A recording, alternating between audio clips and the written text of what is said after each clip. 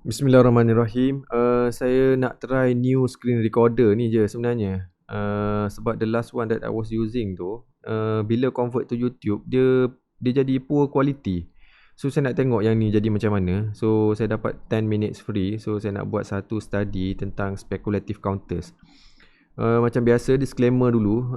Semua post dalam Abang Saham, Twitter, Abang Saham channel, YouTube, and also Bumi Invest 20, my personal blog, hanyalah untuk saya punya personal use dan dia hanyalah nota peribadi lah, not to be taken as investment advice.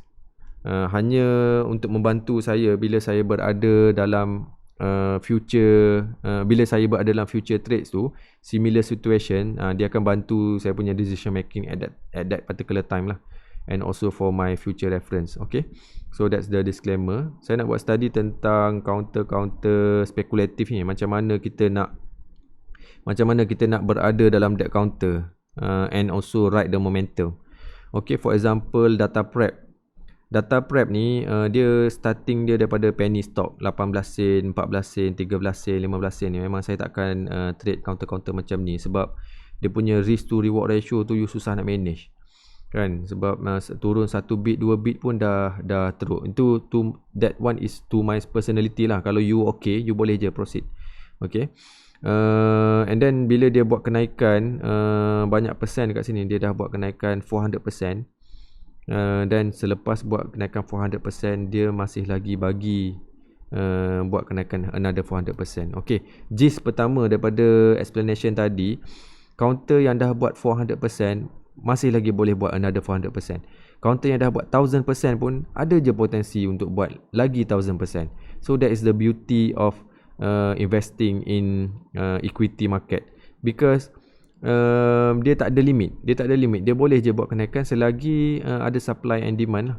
Maksudnya selagi ada demand, orang selagi bullish, selagi orang bullish dengan counter tu, dan selagi market maker ataupun kita panggil speculator, operator ni yang nak markup that counter, memang dia boleh naik lagi tanpa for whatever reason. Dia tak bergantung pun sebenarnya dengan fundamental ke apa. Dia bergantung kepada market tu, siapa yang nak push lagi atau tak. Okay, supply and demand lah. Okay, pertamanya, speculative counter for my definition adalah counter yang buat kenaikan rapid movement up and also rapid movement down, macam pump and dump lah. Okay, so ada macam-macam definition, and to me I would like to simplify that into that lah. Okay, dia buat kenaikan yang banyak. So sebagai swing trader, kita hanya nak tumpang momentum macam ni. Counter yang buat momentum ni kita nak tumpang, tapi kita nak tumpang tu, kita nak kena tumpang dengan satu cara yang berhemah lah kan. Kita tak boleh main masuk je. Kalau masuk dekat sini, for example, masuk di sini, turun dia dah almost 70%. So kita tak nak macam tu. So macam mana kita nak strategize kita punya entry? So ada dua cara. Pertama, dengan cara dia breakout dia punya first consolidation lah, first pullback ke. Okay, yang ni problem dia adalah you punya cut loss agak jauh daripada tempat you nak cut loss. So risk lagi tinggi. So the best adalah masuk semasa dia buat first pullback ni. Okay, dia buat first pullback to 10 moving average. So kalau counter tu momentum kuat, memang dia akan bounce di 10 moving average ni, akan bagi 400%. And this counter memang very bullish. Dia bagi second. Tapi you kena ingat, bila makin tinggi, after dah second base, third ni, dia turun, dia pecah dah. Okay, kalau kita, sebab ni kita dah nampak counter ni. Katalah kita berada real life di sini, kita nak masuk sebab kita nampak, okay, sini dia bagi kita peluang, sini dia bagi peluang, kat sini kita nak try. Okay, there's no harm trying, tapi you kena tahu you punya cut loss lah. Dia break, you cut loss terus. Okay, so that's why saya cakap tadi, pullback kita kira. Kalau pullback awal-awal ni okay lagi, tapi bila dah makin tinggi, kita tak nak. Kita tak nak, risk dia dah tak cantik. Risk to reward kita dah tak cantik. Okay, okay, ni counter, you tengok ni, bila 21st MA pun dia break macam tu je, counter ni. Tapi dekat 50 dia bagi sekali lagi. Tapi kita dah tak berani dah bila pecah macam ni dengan counter besar-besar macam ni. Kalau saya tak suka dah counter ni. Dia dah keluar dah daripada saya punya ni. Unless dia reclaim balik dekat sini. And then baru saya berminat untuk try. Okay, so bila kita dah belajar daripada satu counter, that's why kita selalu kena buat past charts analysis, supaya bila kita berjumpa dengan next counter, kita tahu apa kita nak buat. Okay, kita terus apply di next. Di next dah naik sekali dekat sini 40%, and then dia buat first pullback. Kita boleh test lah kat sini sebab dia tak break kan.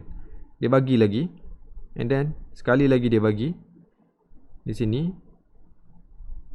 tengok 100%. So itu very low risk lah kalau you nak masuk, sebab you very clear you nak cut loss kat mana. Cut loss bila dia break, so you berani. Okay, tapi bila dah makin tinggi, you jangan berani-berani masuk, sebab dia dah tinggi sangat, dah too obvious, too many eyes, and then dia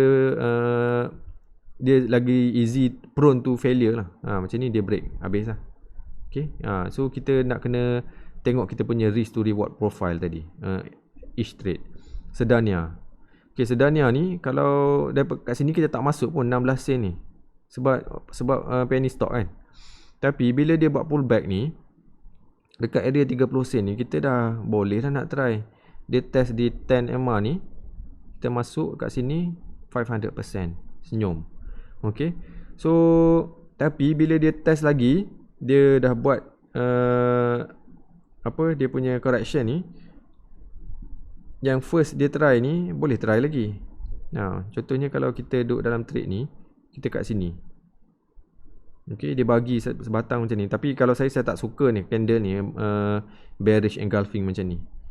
Okay, tapi kalau you nak try, sebab dia baru berapa kali pullback ni, boleh sikit lah kan. And then dia tak boleh sustain sebab candle ni too strong. Okay, Jackson, ini memang saya monitor breakout pivot ni. Saya ada explain dalam previous video.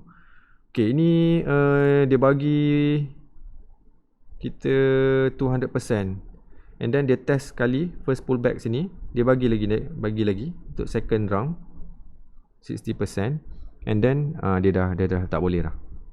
Ini sebab too bearish lah ni, long upper wick.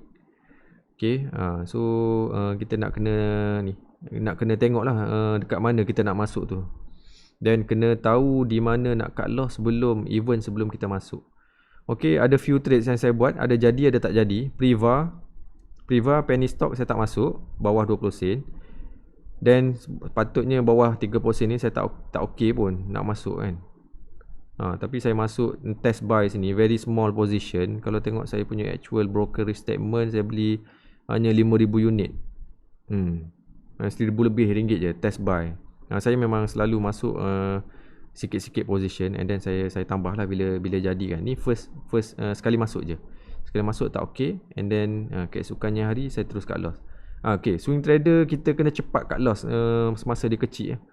Kalau tak memang account memang terus you blow up account. Okay, YGL ni trade ni saya guna trade yang lagi high risk lah. Saya tunggu dia break this closing. Masa ni saya guna stop buy, beli, saya jual 32 sen. Saya print screen kat ni. Betul. Okay, ini saya beli 28 sen, jual 32 sen. Mungkin around berapa persen lah? 15% lah. Ini intraday je lah, intraday 15%. And then counter recent saya buat buy today sell tomorrow, beli sini jual sini 2-3 kali ni. Okay, so to wrap up, dah 9 minit. Wrap up, okay, counter yang macam ni dia high risk tapi definitely come with high reward kalau kita dapat entry pada masa yang betul. Dan kita tak tahu pun sebenarnya dia nak jadi atau tak jadi. That's why counter macam ni dia high risk, dan kita always need to take punt. Tapi make sure position size kita kecil je dalam macam ni. Kalau usually kita take 20% of kita punya total capital, counter macam ni high risk ni, kita try dulu 5%, maksimum pun 10% lah. And then kena cepat cut loss, jangan nak harap-harap dia rebound. Kalau sebab dia bukannya dinding sini, dia boleh je nak turun je. Dia tak wajib rebound. Dia tak semestinya rebound, tapi dia boleh rebound. Dia ada possibility rebound tapi tak wajib. Okay. So that's all from me. Hope it is beneficial, and if you want to apply to your trading system, take that as your personal decision lah. Okay, thank you.